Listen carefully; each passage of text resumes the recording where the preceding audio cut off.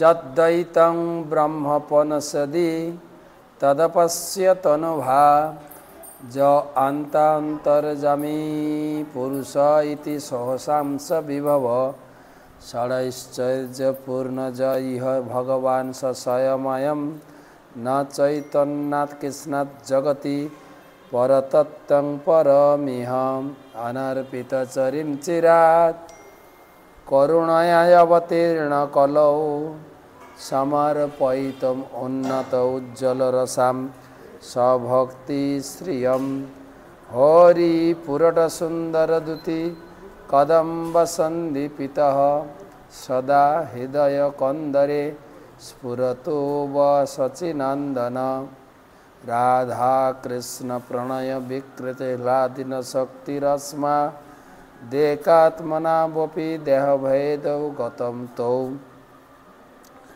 চৈতনাখ্যং প্রকটমধুনা তদ্বয়ম চৈকমাপ্তম রাধা ভাবদুতি সুবলিতম নৌমি কৃষ্ণ স্বরূপম শ্রীরাধয়া প্রণয় মহিমা কীদৃশবানৈবা সাধ্য জনাদ্ভুত মধুরিমা কীদৃশবামদীয় সৌখাঞ্জস্য মদনুভবত কীদৃশং বেতি লোভা তদ্ভাবাঢ্য সমজনি শচিগর্ভ সিন্ধু হরিন্দু বন্দে অহম শ্রীগুরৌ শ্রীযুত পদকমলম শ্রীগুরুন বৈষ্ণবাংশ্চ শ্রীরূপম সাগ্রজাতম সহগণ রঘুনাথান্বিতং তম সজীবম সাদ্বৈতম সাবধূতম পরিজন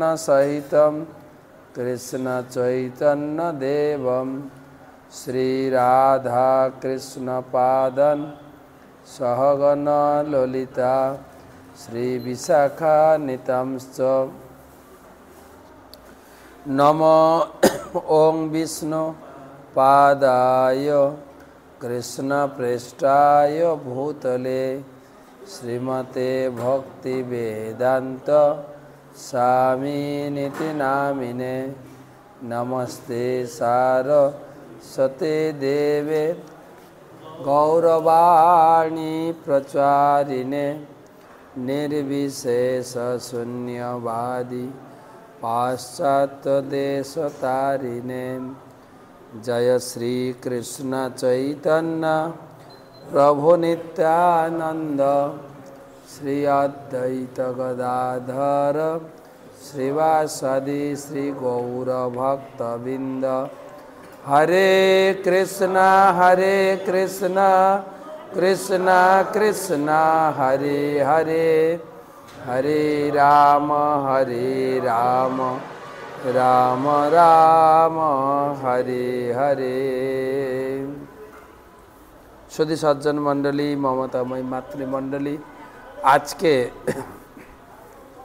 আমরা রয়েছি চিত্রকূট ধামে। চিত্রকূট যেখানে কথাবার্তা কম, এখানে যেখানে আমরা রামায়ণ থেকে জানতে পারি রামচন্দ্রের তপভূমি বা ভগবান রামচন্দ্র পিতৃসত্য পালনের জন্য এই চিত্রকূট পর্বত আদিতে নিবাস করেছিলেন। সেই রামচন্দ্রের পদাঙ্কিত ভূমি চিত্রকূট পর্বত, যেখানে রামঘাট, অত্রি, অনসুয়ার শক্তি কি বলে তপপীঠ, গুপ্ত গোদাবরী, অনেক কিছু, মা গঙ্গার এখানে অবস্থান এবং চিত্রকূট পরিক্রমা আদি বহু কিছু দর্শনীয় রয়েছে। অত্যন্ত সুন্দর তপভূমি ভগবান রামচন্দ্রের। কিন্তু আমরা পিছনে ফেলে এসেছি নৈমিষারণ্য। নৈমিষারণ্যের কথাও একটু শোনাবো, চিত্রকূটের কথা হয়তো কালকে দিকে আলোচনা করব। প্রথমে সবাইকে জানাই কৃষ্ণ প্রীতি শুভেচ্ছা। আজকে হরিবাসর একাদশী তিথি, যদিও একাদশী তিথি কাল থেকেই লেগে গেছে। তো আমাদের দ্বাদশী যুক্ত অর্থাৎ মহাদ্বাদশী আমরা পালন করতে আজকেই আমরা একাদশী পালন করেছি আমাদের ইস্কনে। সেই একাদশীর মাহাত্ম্য একটু বলবো, চৈতন্য চরিতামৃত প্লাস নৈমিষারণ্যের কথা শোনাব। তো প্রথমে গুরুপাদ পদ্মে প্রণাম নিবেদন করে তার অহেতুকি কৃপা আশীর্বাদ প্রার্থনা করি। গুরু কৃপা হি কেবলম। নম ওং বিষ্ণুপাদায় কৃষ্ণ প্রেষ্ঠায় ভূতলে শ্রীমতে জয় পতাকা স্বামী নীতি নামিনে। নম আচার্য পাদায় নিতাই কৃপা প্রদায়িনে গৌরকথা ধামদায় নগর গ্রাম তারিণে। তো প্রথমে একাদশীর কথা আলোচনা করব। আজকে আমরা পালন করছি পাপ মোচিনী একাদশী। এই একাদশী মাহাত্ম্যে যা যা আলোচনা করা হয়েছে, যুধিষ্ঠির কৃষ্ণকে বলেন, হে জনার্দন, চৈত্র মাসের কৃষ্ণপক্ষের একাদশীর নাম ও মাহাত্ম্য কৃপা করে আমাকে বলুন। ভগবান শ্রীকৃষ্ণ বললেন, হে ধর্মরাজ যুধিষ্ঠির, আপনি ধর্ম বিষয়ক প্রশ্ন করেছেন। এই একাদশী সকল সুখের আধার, সিদ্ধি প্রদানকারী ও পরম মঙ্গলময়, সমস্ত পাপ থেকে নিস্তার বা মোচন করে বলে এই পবিত্র একাদশী পাপ মোচিনী নামে প্রসিদ্ধ। রাজা মান্ধাতা একবার লোমস মুনিকে এই একাদশীর কথা জিজ্ঞাসা করেছিলেন। তার বর্ণিত সেই বিচিত্র উপাখ্যানটি আপনার কাছে বলছি, আপনি মনোযোগ দিয়ে তা শ্রবণ করুন। ভগবান কৃষ্ণ নিজে সরাসরি তিনি একাদশীর মাহাত্ম্য বলতে গিয়ে বললেন, পরম্পরাক্রমে আমি যা শুনেছি সেটাই বলবো। মান্ধাতা লোমস মুনিকে বা মান্ধাতা লোমস মুনির মধ্যে যে একাদশী চর্চা হয়েছিল পাপ মোচিনী একাদশী, তারই বিচিত্র কাহিনী আমরা শুনছি ভগবান কৃষ্ণের মুখ থেকে। প্রাচীনকালে অতি মনোরম চৈত্ররথ পুষ্প উদ্যানে মুনিগণ বহু বছর তপস্যা করতেন। মুনি ঋষিগণ বন জঙ্গলে তপস্যা করেন না, তা আমরাও বন জঙ্গলে ঘুরছি। এই নৈমিষারণ্য ছিলাম অরণ্য বিশেষ বন, এখনও বনের পরিবেশ নৈমিষারণ্যে দেখা যায়। মাঝখানে কিছু বাড়ি হয়েছে, তাছাড়া বাকি বেশিরভাগ সিংহভাগটাই অরণ্য, আর চারিদিকে নদী বেষ্টিত, মানে নদীটা গোল করে আছে। সেই গোমতী নদী, চক্রতীর্থ, তারপরে দধিচি কুণ্ড, তারপরে এই চিত্রকূট পর্বত, সেম পর্বতটা তো পুরো বনানীতে, একদম সবুজ বনানীতে পরিবেষ্টিত। এবং এখানেও গঙ্গা নদী প্রবাহিত হচ্ছেন কলক কলক ধারাতে, ছোট ধারা কিন্তু সুন্দর তার জল, এটাও বনানী। তাই মুনি ঋষিরা উদ্যানে, চৈত্র রথ পুষ্প উদ্যানে বহু বছর তপস্যা করছেন। এক সময় মেধাবী নামে এক ঋষিকুমার সেখানে তপস্যা করছিলেন। মঞ্জু ঘোষা নামে এক সুন্দরী অপ্সরা তাকে বশীভূত করতে চাইল, কিন্তু ঋষির অভিশাপের ভয়ে সে আশ্রমের 2 মাইল দূরে অবস্থান করতে লাগলো।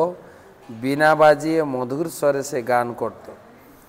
একদিন মঞ্জু ঘোষা মেধাবীকে দেখে কামবানে পীড়িতা হয়ে পড়ে। এদিকে ঋষি মেধাবীও অপ্সরার অনুপম সৌন্দর্য দেখে মুগ্ধ হন।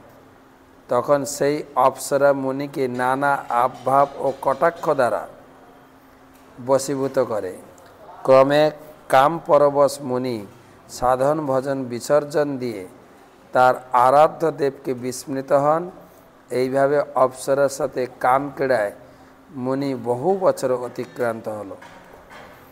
মুনিকে আচার ভ্রষ্ট দেখে অপ্সরা দেবলোকে ফিরে যেতে মনস্থ করল। একদিন মঞ্জু ঘোষা মেধাবী মুনিকে বলতে লাগলো, হে প্রভু, এখন আমাকে নিজ গৃহে ফিরে যাওয়ার অনুমতি প্রদান করুন। কিন্তু মেধাবী বললেন, হে সুন্দরী, তুমি তো এখন সন্ধ্যাকালে আমার কাছে এসেছ, প্রাতকাল পর্যন্ত আমার কাছে থেকে যাও। মুনির কথা শুনে অভিশাপ ভয়ে সেই অপ্সরা আরও কয়েক বছর তার সাথে বাস করল। এইভাবে বহু বছর 55 বছর 9 মাস 7 দিন অতিবাহিত হলো। দীর্ঘকাল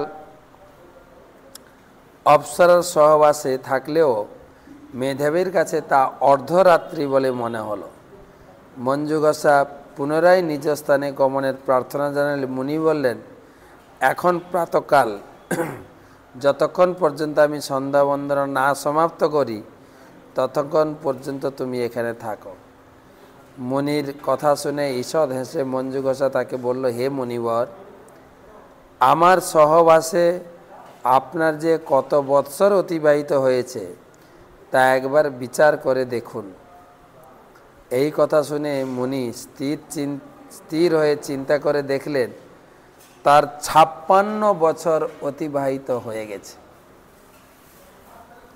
মুনি তখন মঞ্জু ঘোষের প্রতি ক্রোধ পরবশ হয়ে বললেন, রে পাপিষ্ঠে, দুরাচারিণী, তপস্যার ক্ষয়কারিণী, তোমাকে ধিক, তুমি পিশাচী হও।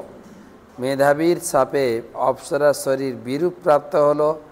তখন সে অবনত মস্তকে মুনির কাছে শাপ মোচনের উপায় জিজ্ঞাসা করলেন। মেধাবী বলেন, হে সুন্দরী, চৈত্র মাসের কৃষ্ণপক্ষিয়া পাপ মোচিনী একাদশী সর্বপাপ ক্ষয়কারিণী। সেই ব্রত পালনে তোমার পিশাচত্ব দূর হবে। পিতার আশ্রমে ফিরে গিয়ে মেধাবী বলেন, হে পিতা, এক অপ্সরার সঙ্গদোষে আমি মহাপাপ করেছি, এর প্রায়শ্চিত্ত কি তা কৃপা করে বলুন। উত্তরে চবনমুনি বললেন, চৈত্র মাসের কৃষ্ণপক্ষিয়া পাপ মোচিনী একাদশী ব্রতের প্রভাবে তোমার পাপ দূরীভূত হবে। পিতার উপদেশ শুনে মেধাবী এই ব্রত ভক্তি ভরে পালন করল। তার সমস্ত পাপ দূর হলো। পুনরায় তিনি তপস্যার ফল লাভ করলেন। মঞ্জু ঘোষাও এই ব্রত পালনে পিশাচত্ব থেকে মুক্ত হয়ে দিব্য দেহে স্বর্গে গমন করল। তো তারা তো মুক্ত হলো, এখন আমরা যে একাদশীর মাহাত্ম্য শুনলাম, আমাদের কি লাভ হলো? হে মহারাজ, যারা এই পাপ মোচনী একাদশী পালন করেন তাদের পূর্বকৃত সমস্ত পাপই ক্ষয় হয়ে যায়। আর এই ব্রত কথা যিনি পাঠ করেন এবং যিনি শ্রবণ করেন, সহস্র গোদানের ফল লাভ হয়। আপনাদের সকলে সহস্র গোদানের ফল লাভ হোক। আর একাদশী পালন তো করছেন, দুটোই ফল লাভ করবেন। তো আমরা ধারাবাহিক সনাতন গোস্বামীকে মহাপ্রভু যে আত্মারাম শ্লোকের ব্যাখ্যা শোনাচ্ছেন সেটাই ধারাবাহিক আলোচনা করছি। আত্মারামশ্চ মুনয় নির্গন্থা অপি উরুক্রমে কুর্বন্তি অহেতুকিং ভক্তিম ইত্যদ্ভুত গুণহরি। এতে 11টি শব্দ আছে, আমরা গতকালকের ক্লাসে বলেছি। তার ভিতরে মহাপ্রভু এক একটা করে ব্যাখ্যা করছেন। আত্মারাম চ মুনয় নির্গন্থি উরুক্রম, এই কটা কথা ব্যাখ্যা হয়েছে। আজকে আলোচনা করব আমরা বাকিটা। আমরা 21 শ্লোক থেকে আলোচনা করব। শ্রী চৈতন্য চরিতামৃত মহাকাব্য মধ্যলীলা 21 শ্লোক থেকে আলোচনা করব, যেটা 20 শ্লোকের সঙ্গে সংযুক্ত। ক্রম শব্দটির অর্থ হচ্ছে শক্তি কম্প পরিপাটি যুক্তি শক্তির আক্রমণ। আচ্ছা, বিষ্ণুর ন বীর্য গণনাম কৃতমহরতিহ য বিষ্ণুর ন বীর্য গণনাম কৃতিমহতিহ য পার্থিবান্যাপি কবির বিমমের জামসি চস্কম্ভ্যজ শরম স্খাললতা ত্রিপৃষ্ঠ্যম যস্মান সাম্য সদনাদু উরুকম্পয়ামান আনম। কোনো ব্যক্তি পৃথিবীর পরমাণুসমূহ গণনা করতে সক্ষম হলেও বিষ্ণুর বীর্যসমূহ গণনা করতে পারে না। তিনি বামন রূপে তার অপ্রতিহত পদবিক্ষেপ গুণময়ী প্রকৃতির মূল থেকে সত্যলোক পর্যন্ত কম্পিত করে ধারণ করেছিলেন। এই হচ্ছে সেই জন্য ভগবানের আরেক নাম হচ্ছে ক্রম বা বিক্রম বা উরুক্রম। ন বিষ্ণুর ন বীর্যানি কং প্রবচম য পার্থিবানি বিমামে রজামসি জহস্কম্ভয় দুত্তরম মৎ সধস্তম বিচক্রমানস্ত্রে গধুরায়। পৃথিবীর পরমাণুসমূহ গণনা করতে সক্ষম হলেও বিষ্ণুর অপ্রাকৃত লীলা বীর্যসমূহ কেউ গণনা করতে পারে না।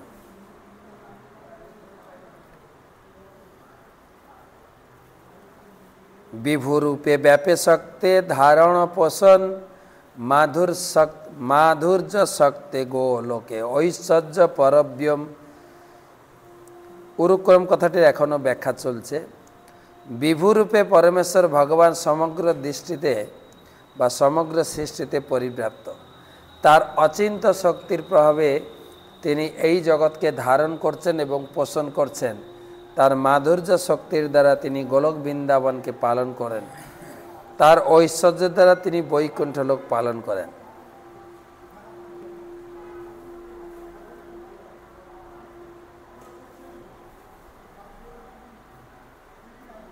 পরমেশ্বর প্রভুপাদ লিখছেন, পরমেশ্বর ভগবান বিভুরূপে ত্রিভুবনে ব্যাপ্ত আছেন। তিনি তার শক্তির দ্বারা এই জগৎকে ধারণ করছেন, পোষণ করছেন। তবে মাধুর্য শক্তির দ্বারা তিনি বৃন্দাবন এবং গোলক বৃন্দাবনকে পালন পোষণ করছেন, আর ঐশ্বর্য শক্তির দ্বারা বাকিটাকে তিনি পালন পোষণ করছেন। মায়া শক্তে ব্রহ্মাণ্ডাদি পরিপাটি সৃজন। উরুক্রম শব্দের এই অর্থ নিরূপণ, উরুক্রম শব্দের এইটা হচ্ছে অর্থ ক্রমশক্ত পরিপাট্যম কমশ্চালন কম্পয়। ক্রম শব্দে শক্তি, পরিপাটি, চালন ও কম্পন বোঝায়। প্রভুপাদ ছোট তাৎপর্য দিয়েছেন। এই শ্লোকটি বিশ্বপ্রকাশ অভিধান থেকে উদ্ধৃত। পরমেশ্বর ভগবান সর্বব্যাপ্ত। তার অচিন্ত শক্তির দ্বারা তিনি কেবল জগৎকে ধারণ করেন না, তিনি তার পালনও করেন। তিনি তার মাধুর্য প্রেমের দ্বারা গোলক বৃন্দাবন পালন করেন। তার ঐশ্বর্যের দ্বারা বৈকুণ্ঠলোক বা পরব্যম পালন করেন। তিনি তার মায়া শক্তির দ্বারা ব্রহ্মাণ্ডসমূহ পালন করেন। আমাদের গীতাতে আমরা পড়েছি না, দৈবী হি এসা গুণময় মম মায়া দূরত্ব। এই মম দূরত্ব মায়ার দ্বারা এই জগৎকে তিনি পরিচালিত করেন। এবারে কুর্বন্তী শব্দের ব্যাখ্যা হবে। কুর্বন্তী অহেতুকিং ভক্তি। কুর্বন্তী পদ এই পরৈমস্পদ হয় কৃষ্ণ সুখ নিমিত্ত ভজনে তাৎপর্য কহায়। কুর্বন্তী শব্দটির অর্থ হচ্ছে কারোর জন্য কিছু করা। পরস্মদী শব্দ, পরস্ময়ী পদী শব্দ। কৃষ্ণ ভক্তির ক্ষেত্রে এই শব্দটি কৃষ্ণ সুখের কারণের দ্যোতক। প্রভুপাদ এই তাৎপর্য দিয়েছেন, আত্মারাম চ মুনয় নির্গন্ত উরুক্রম। এবারে আলোচনা হচ্ছে কুর্বন্তী। সংস্কৃতে করা ক্রিয়াটির দুটি পদ, যাকে পরিভাষাগতভাবে পরস্ময়ী পদ, আত্মনেপদ বলা হয়। যখন কোনো কিছু কারো ব্যক্তিগত সন্তুষ্টির জন্য করা হয় সেই পদকে আত্মনেপদ। সেই ক্ষেত্রে ইংরেজি দ্বারা শব্দটি সংস্কৃতে কুর্বতে হবে। যখন কোনো কিছু অন্যের জন্য করা হয় তখন ক্রিয়াপদ পরিবর্তন হয় কুর্বন্তী। এভাবে চৈতন্য মহাপ্রভু সনাতন গোস্বামীকে জ্ঞাপন করেছেন। আত্মারাম শ্লোকের ক্রিয়া কুর্বন্তীর অর্থ হচ্ছে কৃষ্ণের সন্তুষ্টি বিধানের জন্যই কেবল কোনো কিছু করা উচিত, এটাকে বলে কুর্বন্তী।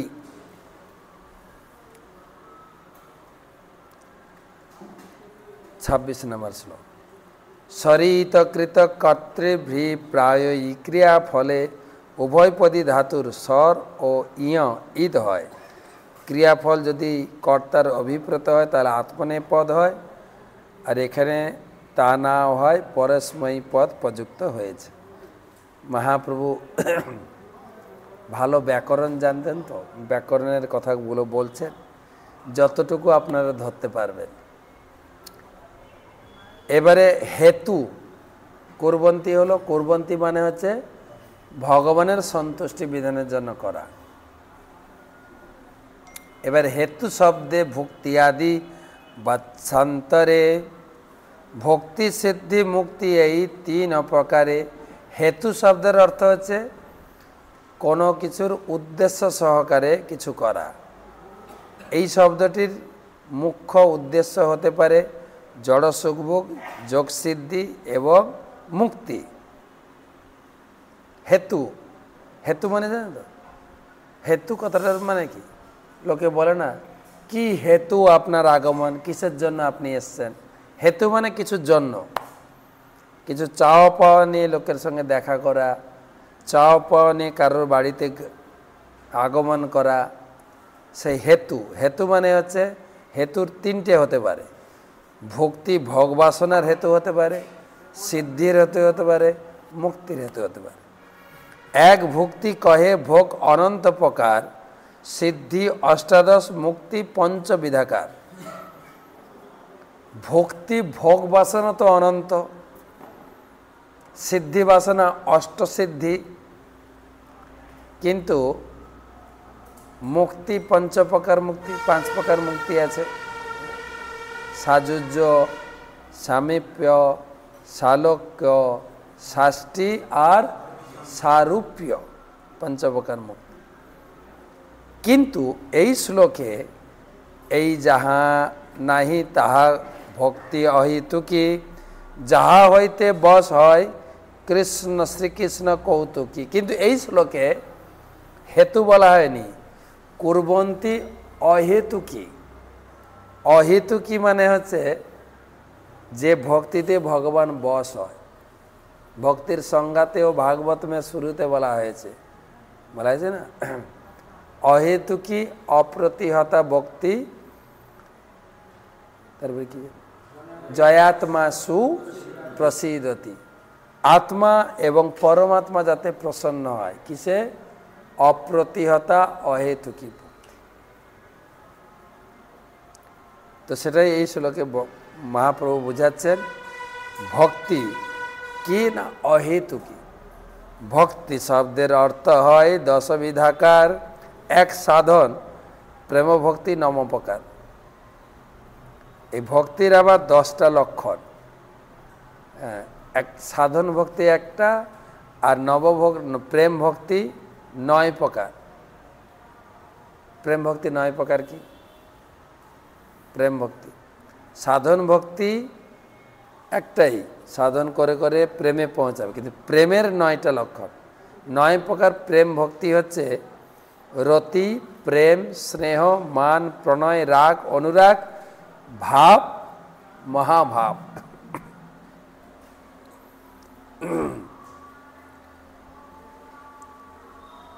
রতি লক্ষণা, প্রেম লক্ষণা ইত্যাদি প্রচার। ভাব রূপা মহাভাব লক্ষণ রূপার প্রেম ভক্তি 9 প্রকার। রতি লক্ষণা, প্রেম লক্ষণা, স্নেহ লক্ষণা, মান লক্ষণা, প্রণয়, রাগ, অনুরাগ, ভাব, মহাভাব। শান্ত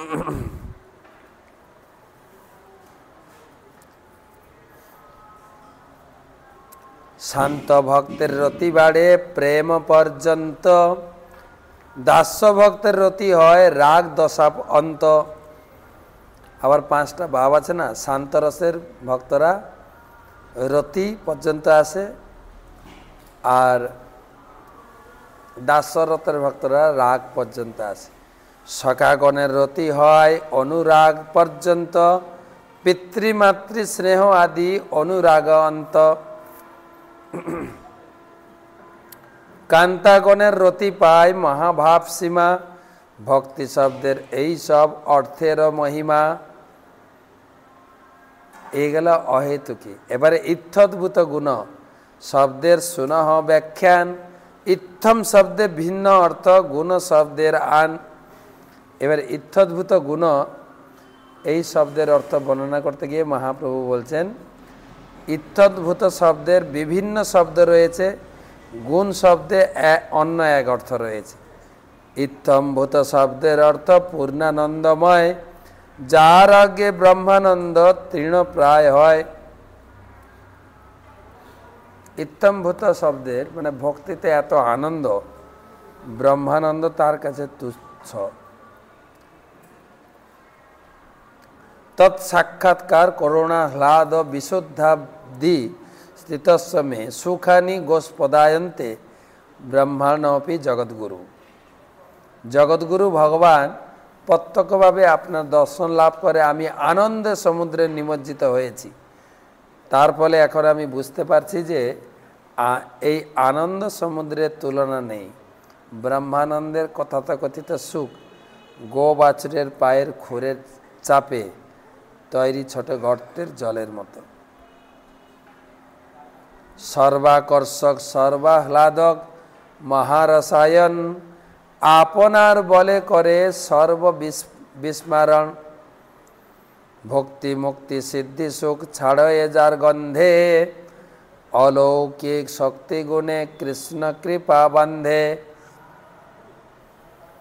শ্রীকৃষ্ণ সর্বাকর্ষক, সর্বাপেক্ষা আনন্দদায়ক, মহারসের আধার। তার যখন ভক্তিতে কেউ যুক্ত হন, এই ভোগবাসনা ভক্তি মুক্তি সব ত্যাগ করে। শাস্ত্র যুক্তি নাহি ইয়া সিদ্ধান্ত বিচার, এই স্বভাব গুণে যাতে মাধুর্যের সার। কেউ যখন ভগবান শ্রীকৃষ্ণের অপ্রাকৃত ভক্তিতে যুক্ত হন, তখন শাস্ত্র বা সমাজ পরিবারের নিয়ম সে ভুলে যায়।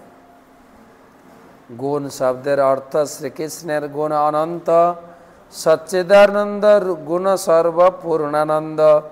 ঐশ্বর্য মাধুর্য কারুণ্যে স্বরূপ পূর্ণতা, ভক্ত বাৎসল্য আত্মপর্যন্ত বদান্যতা। এগুলো ভগবান কৃষ্ণের বিভিন্ন গুণ নিয়ে আলোচনা করছেন। অলৌকিক রূপ রস সৌরবাদী গুণ, কারো মনে কোন গুণে করে আকর্ষণ। কৃষ্ণ সব গুণের দ্বারা সবাইকে আকর্ষণ করেন না, কোন কোন গুণের দ্বারা কাউকে আকর্ষণ করেন। সনকাদির মন হরিল সৌরবাদী গুণে। যেরকম চতুর্কুমার, তারা নির্বিশেষবাদী ছিল। তাদের মন কিভাবে হরণ করলেন? ভগবানের চরণের তুলসীর ঘ্রাণ শুনে তারা ভগবানের প্রতি আকৃষ্ট হয়ে গেল। তস্সার বিন্দ নয়নস্য পদার বিন্দ, কিঞ্জল্ক মিশ্র তুলসী মকরন্দ বায়ু। অন্তর্গত সবিবরেণ চকার তেষাম, শঙ্খোবমক্ষ রজুষামপি চিত্ততন্ন। ভাগবত থেকে এই শ্লোক। যখন চতুর্কুমার সনক, সনাতন, সনত কুমার এবং সনন্দ চারজন যে যাচ্ছিলেন বৈকুণ্ঠে ভগবানের দর্শনে, তাদেরকে আটকে দিয়েছেন জয় বিজয়। কেন? তারা এত ছোট ছিল। তারা কিন্তু এই ব্রহ্মাণ্ডে ব্রহ্মার প্রথম পুত্র, কিন্তু তারা যোগ বিভূতির বলে শরীরটাকে এমন রেখেছেন 5 বছরের বালক মতো। আর তারা উলঙ্গ দিগম্বরী, তাদেরকে গেটে আটকে দিয়েছেন। আর তখন ঝগড়াঝাটি হয়ে তারা 4 জন জয় বিজয়কে অভিশাপ দিয়েছে। আর তখনই ভগবান এসছেন গেটে, ঝগড়াঝাটি হচ্ছে শুনে। যখন ভগবানকে তারা দর্শন করলেন, ভগবানের চরণে প্রণাম করলেন। ভগবানের চরণে ছিল তুলসী পত্র, সেই তুলসীর ঘ্রাণ শুনে তারা পরিবর্তন হয়ে গেলে, আরে আমরা তো অভিশাপ দিয়ে ভুল করেছি। সেটাই বলছেন এই শ্লোক। যখন তারা ভগবানের চরণে সেই তুলসী, তা সেই জন্য মন্দিরে গিয়ে তুলসী নিয়ে ঘ্রাণ গ্রহণ করতে হবে। ভক্তি রসামৃত সিন্ধুতে রূপক গোস্বামীপাদ লিখেছেন যে যেরকম কাউকে যখন সাপে দংশন করে, রোগী অচেতন হয়ে যায়, তখন ওঝা জঙ্গলের একটা শিকড় নিয়ে মন্ত্র উচ্চারণ করতে করতে সেই রোগীর নাকে শুকায়। তখন সেই তার শরীরে যে সাপের বিষ রয়েছে, সেই বিষের কি বলা যায়, রিয়াকশানটা কেটে যায়। ঠিক সেই রকম রূপক গোস্বামীপাদ লিখেছেন যে আমরা বিষয়ের বিষে জর্জরিত। বিষয়ের বিষ না, যার যত বিষয় বেশি বিষয় তার তত বেশি জ্বালা, ঘুম হয় না রাত্রে। আমাদের মায়াপুরে একজন পেন্টার ছিল, মুসলিম, আলম ভাই, এমনি খুব ভালো কাজ করে। তো তাকে জিজ্ঞাসা করছেন একজন ভক্ত, কি আলম ভাই এখন ভালো আছে তো? বলছে না মহারাজ, রাত্রে ঘুম হয় না। বলছে কেন? বলছে আগে আমার এত কিছু ছিল না, আপনাদের এখানে কাজ করতাম, যতটুকু পেতাম তাতেই আমার সংসার চলতো। এখন আমার কয়েক কোটি টাকার সম্পদ, হ্যাঁ মানে জমি টমি বিক্রি করে বাড়ি করেছেন, কয়েক কোটি টাকা, এখন আর ঘুম ধরে না, যত বিষয়। সেই জন্য নরোত্তম দাস ঠাকুর লিখেছেন বিষয়ে কি বলে, হিয়া জলে দিবানিশি, হিয়া জলে জুড়াইতে না কইনো উপায়, বিষয়ের বিষা নলে। তো বিষয় মানে বি বাদ দিলে বা লাস্টে অন্তস্থ বাদ দিলে বিষ, সেই বিষয়ের বিষে আমরা সংসারে আটকে গেছি। তাই ভগবানের চরণে অর্পিত তুলসী, চন্দন তুলসী পূজারী হাতে দেয় না, হাতে ঝপ করে খেয়ে না নিয়ে একটু সেন জোরে, হ্যাঁ, তখন এই বিষয়ের বিষ কেটে যাবে, মন শুদ্ধ হয়ে যাবে। সেটাই হয়েছিল। গুরুদেবের মন হরিল লীলা শ্রবণে।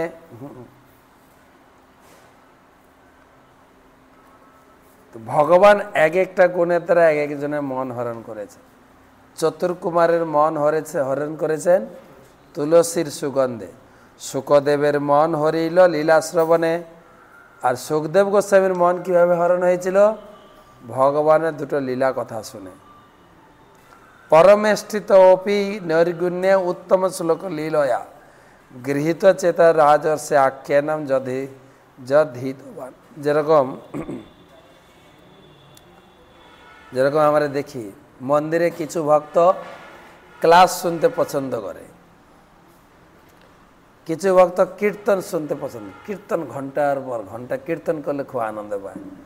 কেউ চিন্তা করে কীর্তন হচ্ছে একটা ক্লাস হোক, কারো আবার কীর্তনে ক্লাসেও ইচ্ছা নেই, রান্নাতে খুব এক্সপার্ট, ভগবানের জন্য বিভিন্ন পদ রান্না করব, ভগবানকে ভোগ দেব, তার সেই চিন্তা বিভিন্নভাবে।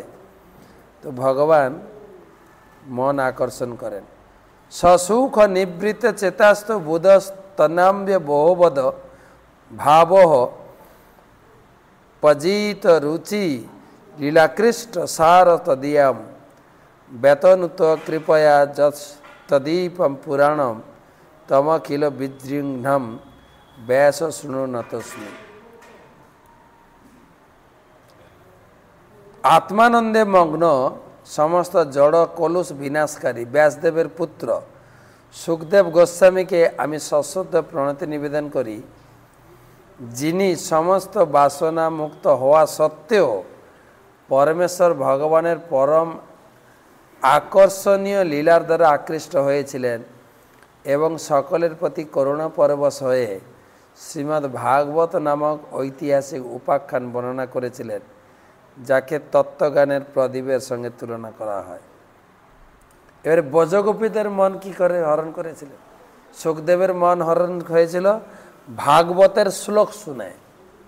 ব্রজগোপীদের শ্রীঅঙ্গ রূপে হরে গোপিকাদের মন, শ্রীকৃষ্ণের শ্রীঅঙ্গের রূপমাধুর্যে গোপিকারা আকৃষ্ট হয়েছিলেন। একদিন ললিতা সখী তিনি রাধারানীর কাছে এসে বলছেন, রাধে আজকে গোবিন্দকে নয়নাভিরাম গোবিন্দকে দর্শন করলাম, আপাত মস্তক চরণ থেকে একদম মাথা পর্যন্ত আপাত মস্তক দর্শন করে আমি মুগ্ধ হয়েছি। তখন রাধারানী বলছেন, ললিতে তুমি খুব ভাগ্যবতী। বলছে কেন এরকম বলছো? না তুমি তো গোবিন্দের আপাত মস্তক চরণ থেকে মস্তক পর্যন্ত দর্শন করেছো, কিন্তু আমি এতই দুর্ভাগা, গোবিন্দের যে অঙ্গ দর্শন করি ওতেই আমার চোখ আটকে যায়, চোখ আর অন্য জায়গায় সরে না। ওই জায়গার মাধুরিমা, চরণ দর্শন করিতে চরণ উপভোগ করি, বক্ষস্থল দর্শন করিতে বক্ষস্থল থেকে চোখ আর ফেরাতে পারি না। যেই জায়গায় গোবিন্দের যেই অঙ্গ দর্শন করি সেই অঙ্গতে চোখ আটকে যায়।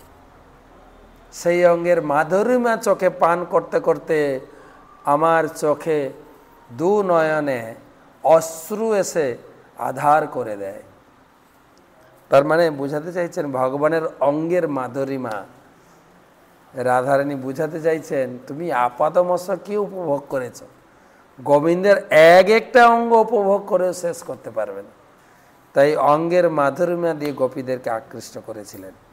বিক্ষালকাবৃতমুখম তব কুণ্ডলশ্রী গণ্ডস্থূলাধর সুখম হসিদাবলোকম দত্তা ভয়ঞ্জ ভুজদণ্ড যুগম বিলোক্য বক্ষ শ্রিয়ৈ করমনঞ্চ বভাম দাস্য।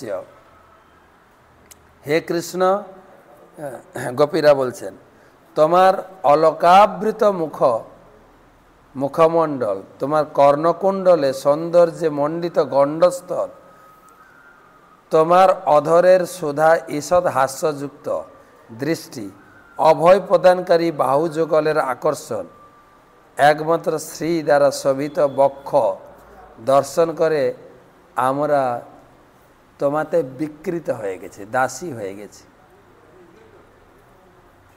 এই কথা বলেছিলেন জ্যোৎস্না স্নাতা শারদীয়া রজনীতে শ্রীকৃষ্ণের বংশীর দ্বারা আকৃষ্টা গোপবধূরা আত্মাহারা হয়ে শ্রীকৃষ্ণের কাছে উপস্থিত হলে শ্রীকৃষ্ণ তাদের রাগ বর্ধনের জন্য গৃহে ফিরে যেতে বলায় কৃষ্ণগত প্রাণা গোপিকারা দুঃখিতা হয়ে রুদ্ধ কণ্ঠে গদগদ বাক্যে এই কথাগুলি বলেছিলেন। রূপ গুণে শ্রবণে রুক্মিণী আদির আকর্ষণ, এই শ্লোকগুলো আমরা কালকে আলোচনা করব। আজকে তো সময় হয়ে গেল।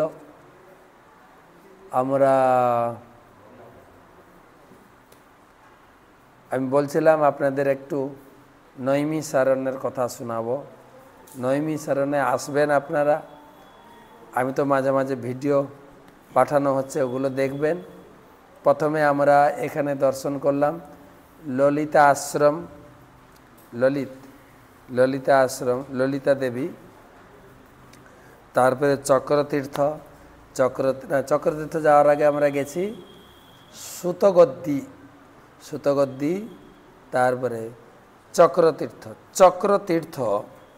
এটার সঙ্গে ললিতা আশ্রম সঙ্গে যুক্ত করে আমি বলি, সৃষ্টির শুরুতে মুনি ঋষি আদি ব্রহ্মার কাছে প্রার্থনা করলেন, হে পিতাশ্রী আমরা কোথায় গিয়ে তপস্যা করলে তপস্যায় খুব শীঘ্রই সিদ্ধি লাভ করব।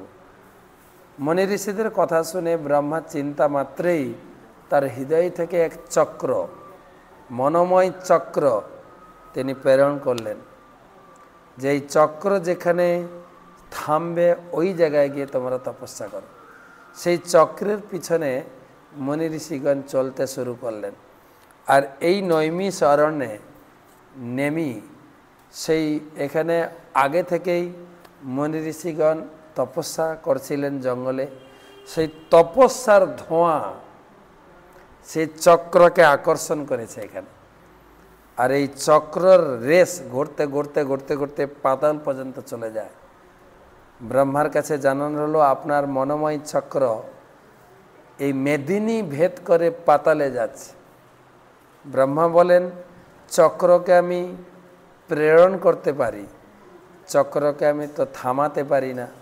এই থামানোর জন্য তোমরা ভগবত শক্তি, ভগবতীর আরাধনা করো। তিনি কাছেই রয়েছেন, তিনি এসে এই চক্রকে রোধ করবে। সেই ললিতা দেবী আরাধনা করলেন। মনি ঋষি এখানে দেবতারাও এলেন, সেই চক্রকে থামালেন। সেই চক্রর তেজে সমস্ত ব্রহ্মাণ্ড জলমগ্ন হতে যাচ্ছিল। সেই চক্র কুণ্ড, চক্রেশ্বর মহাদেব এবং ব্রহ্মাজি ওখানে রয়েছেন, সেই চক্রের আরাধনা করছেন। এবং সেই চক্রের স্থানে হাজার হাজার বছর ধরে, যুগ যুগ ধরে কুণ্ডের সেখানে মনি ঋষিগণ যজ্ঞাদি সম্পাদন করেছেন। এখন সেই হাজার হাজার বছর ধরে সেই জলমগ্ন হয়ে আছে। সেখানে সেই জলটাও চক্রের মতো ঘুরছে। আমরা ওখানে স্নান করলাম, পরিক্রমা করলাম। তারপরে আমরা ললিতা আশ্রম হয়ে গেল। ললিতা দেবীকে আমরা প্রার্থনা করলাম যে তিনি ভক্তির অপ্রতিহত গতি তিনি বৃদ্ধি করুক। তারপরে সুত গোস্বামী যেখানে বসে 18,000 শ্লোক সমন্বিত ভাগবতম, আবার ওখানকার পূজারী বললেন 18 পুরাণ, 108 উপনিষদ, 6 দর্শন ওখানে আলোচনা করেছিলেন 88,000 মনি ঋষিদের সামনে। অ্যাকচুয়ালি আমরা ভাগবতম থেকে একটা শ্লোক পাই, যেখানে ব্যাসদেব যখন ভাগবত লিখছিলেন প্রথম 3টি শ্লোক বলার পর যখন 4 নম্বর শ্লোক বললেন, নৈমিষে নিমিষে ক্ষেত্রে ঋষয় সৌনকাদয় সত্রম স্বর্গায় লোকায় সহস্রম সমমাসত। মুনি ঋষিগণ এখানে যজ্ঞ করছিলেন, যেহেতু যজ্ঞস্থান অনিমেষ নিমেষ ক্ষেত্রে। অনিমেষ মানে, নিমেষ মানে চোখের পলক পড়া, নিমেষ একে বলে নিমেষ। কিন্তু যার চোখের পলক পড়ে না তার নাম হচ্ছে অনিমেষ বা ভগবান বিষ্ণু। এখানে নিত্য নিবাস করছেন। তাই এখানে মুনি ঋষিগণ যজ্ঞে মাধ্যমে সেই ভগবান বিষ্ণুর আরাধনা করেন, অনিমেষ নৈমিষারণ। তো এখানে মুনি ঋষিগণ যজ্ঞ করছিলেন। যজ্ঞ করার পরে তাদের ভাগবত কথা শোনার ইচ্ছা হলো। তখন সৌনকাদি 88,000 মুনি ঋষি তিনি রোমহর্ষণ মুনিকে, সুত গোস্বামীর পিতা রোমহর্ষণ মুনিকে প্রার্থনা করলেন যে আপনি এখন আমাদের এই যজ্ঞ করতে করতে যজ্ঞ কুণ্ডের ধোঁয়া এবং যজ্ঞাগ্নির তাপে আমরা ঘামে ত্বকবদর হয়ে গেছি। ভাগবত কথামৃতের দ্বারা আমাদের শরীরকে শীতল শান্ত করুন। রোমহর্ষণ মুনি তিনি বসেছেন ব্যাসাসনে, ভাগবত পাঠ করছেন। আর ইত্যবসরে হয়েছে কি, সেই এই নৈমিষারণ্যে এসেছেন বলরাম। আপনারা জানেন কুরুক্ষেত্রের মাঠে 2 বিশেষ ব্যক্তিত্ব ছিলেন না। কুরুক্ষেত্রের মাঠে সারা দুনিয়ার সমস্ত বড় বড় যোদ্ধা রাজাদেরকে আগমন করা হয়েছিল, বিশেষ 2 ব্যক্তি ওখানে ছিলেন না। এক হচ্ছেন বিদুর। বিদুরকে দুর্যোধন অপমানিত করে তাকে রাজ্য থেকে বিতাড়িত করেছিলেন। সেই সুবাদে তিনি তীর্থ ভ্রমণ করতে বেরিয়ে গেলেন। আর বলরাম, ভগবান চাইছিলেন বলরামও এখানে না, কেন বলরাম সবসময় দুর্যোধনের পক্ষে কাজ করত, আর কৃষ্ণ ছিলেন পাণ্ডবদের পক্ষে। তো ভগবান কৃষ্ণের কার্য সাধন হবে না বলরাম থাকলে। তাই তার ভিতরে অনুপ্রেরণা দিলেন। বলরাম নিজে থেকে বললেন যে আমি এই যুদ্ধক্ষেত্রে থাকবো না, আমি একটু তীর্থ ভ্রমণ করতে চাই। তীর্থ ভ্রমণ করতে করতে এই নৈমিষারণে এসেছিলেন বলরাম। এসে দেখেন ৮৮,০০০ মুনি বসে আছেন, তার সামনে রোমহর্ষণ সুত ভাগবত পাঠ করছেন। সমস্ত মুনি ঋষি উঠে বলরাম হচ্ছেন দ্বিতীয় ভগবান, কৃষ্ণের দ্বিতীয় শরীর, সবাই প্রণাম করেছেন, পূজা করেছেন। কিন্তু যিনি ব্যাসাসনে বসে থাকেন তিনি তো ব্যাসদেবের প্রতিনিধিত্ব, ব্যাসায় বিষ্ণু রূপায়, তার বিষ্ণুর আবেশ হয়। তাই তিনি ব্যাসাসন থেকে না নেমে মানসিকভাবে বলরামকে প্রণাম করেছেন। বলরাম ওটা স্বীকার করেননি। বলরাম দেখলেন সবাই উঠে আমার সম্মান করলো, এ এখনও ব্যাসাসনে বসে আছে, আমি হচ্ছে আদিগুরু, গুরুকে কেন সম্মান করা হচ্ছে না? তখন তিনি তার কাছে গিয়ে, বলরাম, হ্যাঁ, তোমার অহংকার হয়ে গেছে, তুমি ব্যাসাসনে বসে। একটা সরু ঘাসের টুকরো নিয়ে ছুঁয়ে দিয়েছে, ওতেই রোমহর্ষণ মুনি মারা গেলেন। সব মুনি ঋষিরা হাই হাই করলেন যে আমরা বসেছিলাম ভাগবত পাঠ শুনতে, হে বলদেব। বলরামের উপরে তো বলার কারোর অধিকার নেই। হে বলদেব, আমাদের ভাগবত পাঠের ব্যবস্থা করুন। ঠিক আছে। তারই ছেলে সুত গোস্বামী, আমরা আগের ভিডিওতে বলেছি যে সুখদেব গোস্বামী তিনি টার্গেট রেখেছিলেন, আমার পরবর্তী বক্তা কি হবে? সুত গোস্বামী। সেই সুত গোস্বামীকে অনুমোদন করে বসালেন। সুত গোস্বামীকে বসিয়ে বলরাম 2 হাত দিয়ে তাকে আশীর্বাদ করলেন, 2 হাত দিয়ে, যে সমস্ত ভাগবত কথা এর হৃদয়ে প্রকাশিত হোক। সুত গোস্বামী 3 জনের দ্বারা কৃপাপ্রাপ্ত। সুত গোস্বামী তিনি ব্যাসদেবের ব্যক্তিগত সেবক ছিলেন, যেহেতু সুত ব্যক্তিগত সেবক ছিলেন। সুত মানে যারা সেবা করে। একদিন ব্যাসদেব তাকে আলিঙ্গন করেছেন, আলিঙ্গন করে বলছেন, আমার হৃদয়ে, আমার হার্ড ডিস্কে যা জ্ঞান আছে তোমাকে ট্রান্সফার করে দিলাম। ব্যাসদেবের কৃপাপ্রাপ্ত ছিলেন। তারপরে আমরা আগের ভিডিওতে বলেছি সুখদেবের কৃপাপ্রাপ্ত ছিলেন। তিনি সুখদেবের পাঠে অনেক দূরে বসেছিলেন। সুখদেব গোস্বামী তাকে ডেকে কাছে বসিয়ে পুরো ভাগবত শুনিয়েছেন। তাহলে প্রথম কৃপাপ্রাপ্ত ব্যাসদেবের কাছে, দ্বিতীয় কৃপাপ্রাপ্ত সুখদেবের কাছে, তৃতীয় হচ্ছেন বলরাম, ব্যাস আসনে বসে মাথায় আশীর্বাদ দিয়ে পুরো আশীর্বাদ পুষ্ট করে গেলেন। 3 জনের কৃপাপ্রাপ্ত। তো এই সুত গদ্দি যেখানে বসে খালি গলায় 88,000 মুনি ঋষিকে ভাগবত শুনিয়েছিলেন, তার সেই শক্তি সামর্থ্য ছিল। শুধু তাই না, যারা ভাগবত পাঠে বসছিলেন, শুনেছিলেন, তারা ছিল বড় বড় মুনি ঋষি, যোগী, তপস্বী। তারা কোনো বিষয় বাসনা বা মোবাইলের দ্বারা বিচলিত ছিল না। তাদের ধন মন ত্যান একদম একটাই চিন্তা ছিল, সুত গোস্বামীর কাছে কথা শুনব। তাই গুরুদেবের সঙ্গে, সুত গোস্বামীর সঙ্গে তাদের মনকে একাগ্রত করে রেখেছিলেন। তাই 88,000 মুনি ঋষির এই 84 কোষ যোজন এই তীর্থের ভিতরেও খালি গলার আওয়াজ তারা শ্রবণ করেছিলেন, হৃদয়ঙ্গম করেন। সেই সুত গদ্দিতে আমরা গেলাম, সেখানে বড় মন্দির হচ্ছে, আমরা কিছু সহযোগিতা করলাম এবং ওখানকার গদিতে স্পর্শ করে আমরা আশীর্বাদ নিলাম। ওখান থেকে আমরা গেছি, কোথায় গেলাম? হনুমান,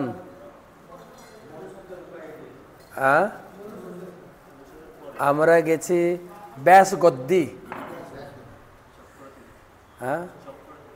সুত গোস্বামী, সুত গদ্দির পরে চক্রতীর্থতে গিয়ে আমরা পুরো কাহিনী শুনলাম ব্রাহ্মণের কাছ থেকে। 1 ঘন্টা উনি পাঠ দিলেন, সংকল্প করে স্নান করলাম। ওখান থেকে গেছি আমরা ব্যাস গদ্দি, ব্যাসদেব বদ্রিকা আশ্রমে ভাগবত লেখার পরে তিনি এখানে এসেছিলেন ভাগবত প্রচারের জন্য। যে গদিতে বসেছিলেন সেখানে 5099 সাল আগে তিনি এসেছিলেন, এটা লেখা আছে দেখলাম।